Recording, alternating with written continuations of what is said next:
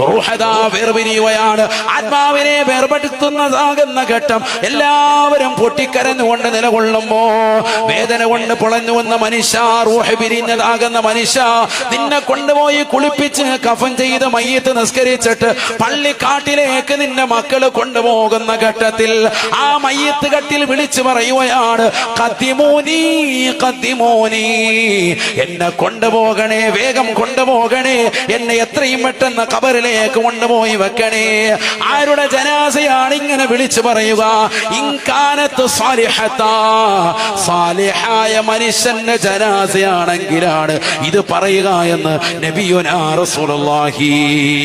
അതല്ല വഇൻകാനത്ത് ഗൈറഹാ, സാലിഹല്ലാത്ത മനുഷ്യനാണോ, ഈ ദുനിയാവിൽ വാളുകൾ ഒരു കാതിലൂടെ കേട്ട് മറുകാതിലൂടെ കടത്തിവിട്ടവനാണ്, സിനിമാ പാട്ടുകൾ കേട്ടുകൊണ്ട് നിലകൊണ്ടവനാണ്, മോശപ്പെട്ടതാകുന്ന തരത്തിലേക്ക് കണ്ണുകളെ കൊണ്ടുപോയവനാണ്, ഫനാക്കും ഫസാദിനും ജീവിതം കൊണ്ട് നടന്ന ആളുകളാണ്, ആളുകളെ കുറിച്ചുള്ള അപവാദങ്ങൾ പ്രചരിപ്പിക്കാൻ വേണ്ടി ജീവിതത്തിൽ കച്ചകെട്ടി ഇറങ്ങി തിരിച്ചവനാണ്, ഫനാക്ക് തിരികൊളുത്തിയവനാണ്, ഫസാദുകൾ പറഞ്ഞുകൊണ്ട് നടന്നവനാണ്, ജനങ്ങൾക്കിടയിൽ ഏഷണി പറഞ്ഞുകൊണ്ട് നടന്നവനാണ്, ഭീഷണിപ്പെടുത്തിക്കൊണ്ട് നടന്നവനാണ്, വർഗീയമാക്കപ്പെട്ട ചിത്രങ്ങളുമായിട്ട് സമൂഹത്തിൽ ജനങ്ങളെ പിഴപ്പിച്ചുകൊണ്ട് നടന്നവനാണ്, പാവപ്പെട്ട മുസ്ലിമീങ്ങളുടെ മാനത്തിന് വില പറഞ്ഞവനാണ്, ദുനിയാവിൽ പാവപ്പെട്ട മുസ്ലിമീങ്ങൾക്കിടയിൽ ഭിന്നിപ്പുണ്ടാക്കാൻ പരിശ്രമിച്ചവരാണ്, സഹോദരങ്ങൾക്കിടയിൽ വിള്ളലുണ്ടാക്കാൻ പരിശ്രമിച്ചവരാണ്, ഈ ദുനിയാവിൽ അതിനുവേണ്ടി നടന്നതാകുന്ന മനുഷ്യ. അല്ലാഹുവിന്റെ റസൂല് പറയുകയാണ്, വഇൻകാനതു ഗൈറഹാ, സാലിഹല്ലാത്ത മനുഷ്യനാണോ അവന്റെ റൂഹിനെ വേർപിരിയുകയാണ്. അവന്റെ മയ്യത്ത് കട്ടിൽ ഇതാ ജനങ്ങൾ കൊണ്ടുപോകുമ്പോ ആ മയ്യത്ത് കട്ടിൽ വിളിച്ചു പറയുകയാണ്, യാ വൈലത്താ വയാ ഹസ്രത്താ, എന്റെ ദുഃഖമേ, വിരഹമേ, പ്രയാസമേ, അയ്ന തദ്ഹബൂന ബി, നിങ്ങൾ എങ്ങോട്ടാണ് എന്നെ കൊണ്ടുപോകുന്നത്? എന്നെ കൊണ്ടുപോകല്ലേ. അഖിറൂനി അഖിറൂനി അഖിറൂനി, എന്റെ റൂഹിനെ ഒന്ന് നിങ്ങൾ പിന്തിക്കുമോ? എന്റെ ശരീരത്തെ ഇവിടെ ഒന്ന് വെച്ചേക്കുമോ? എന്നെ ഖബറിലേക്ക് കൊണ്ടുപോകരുതേ. കാരണം ഖബറിൽ അവനുള്ള ശിക്ഷ അവന് വ്യക്തമാണ്. നേരത്തെ സാലിഹായ മനുഷ്യൻ എന്നെ കൊണ്ടുപോകാൻ നിർബന്ധിക്കുന്നത് ആ ഖബറിൽ അവൻ എന്തുള്ളതാകുന്ന ആനന്ദങ്ങൾ അവൻ ദുനിയാവിൽ നിന്ന് തന്നെ മനസ്സിലാക്കിയവനാണ്.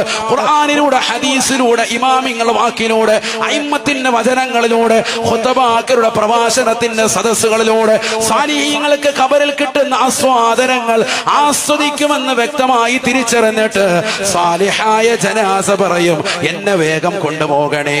മോശപ്പെട്ട ജനാസ പറയും, എന്നെ പിന്തിക്കണേ, കൊണ്ടുപോകല്ലേ കുടുംബക്കാരെ. അല്ലാഹുവിന്റെ റസൂല് പറയുകയാണ്, അത് വഹിക്കുന്നതാകുന്ന ഒരു കുടുംബാദികളും ഈ മയ്യത്തിന്റെ ദീനരോധനങ്ങൾ കേൾക്കുകയില്ല. അത് കേട്ടാൽ അവർ ബോധരഹിതരായി പോകുമെന്നും നബിയുനാ ശഫീഉനാ റസൂലുള്ളാഹി. അതുകൊണ്ട് പ്രിയപ്പെട്ട മുസ്ലിമേ, ഒരു വേളയൊന്ന് ചിന്തിക്കണം.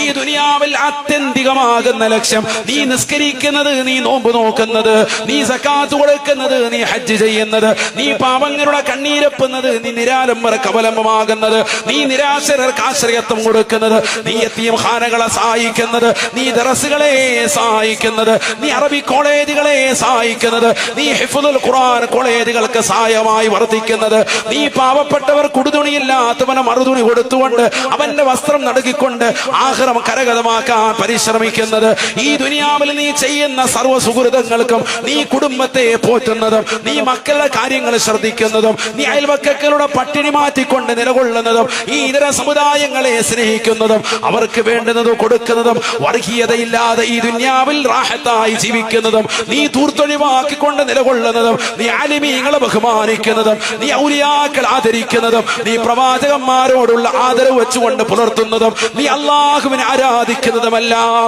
ആത്യന്തികമാകുന്ന ലക്ഷ്യം അത് സാലിഹാവുക എന്നുള്ളതാണ്.